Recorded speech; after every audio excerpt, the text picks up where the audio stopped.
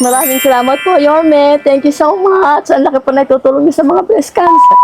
Hello mga batang Maynila, ako po si Apple Nieto at nandito tayo ngayon para personal na ihatid ang mga sulat at kahilingan na isinulat mismo ng mga batang Maynila para kay Yorme Isko Moreno. Tayo ay magiging tulay para marinig at matugunan ang kanilang mga pangangailangan dahil bawat liham ay may kwento ng pag-asa. Ma'am, sorry Ate po. Galing Gina, po ako hospital no ng worries po, Maynila. no worries. Inunders po ako ni Vice Mayor for MRI. Thank you so Kaya much yun, naku, hinga ka mga marami. Thank you. Galing po ako, galing ako sa Reyes, galing ako hospital ng Maynila. Ay, Ayun, siya mismo ang nag-aasikaso. Opo. Yung Ate Regina, sumulat ka kay Yorme Isko, di ba? opo. Nalala mo po ako. Yes naman. Ako yung nung nakaburol yung bayo ko. Nalala ko, ano naman, kayo pa. Thank you.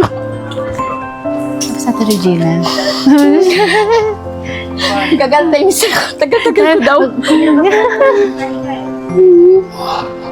Pagtugon ni Yorme dun sa request mo sa kanya, pinapaabot niya sa iyo itong Okay, thank sulat. you At so sana much hangad po. po niya na maging malaking tulong ito sa iyo. Napakalaking tulong po. Maraming salamat po, Yorme. Thank you so much. Ang laki po na itutulong niyo sa mga breast cancer. Thank you so much. Thank you rin po.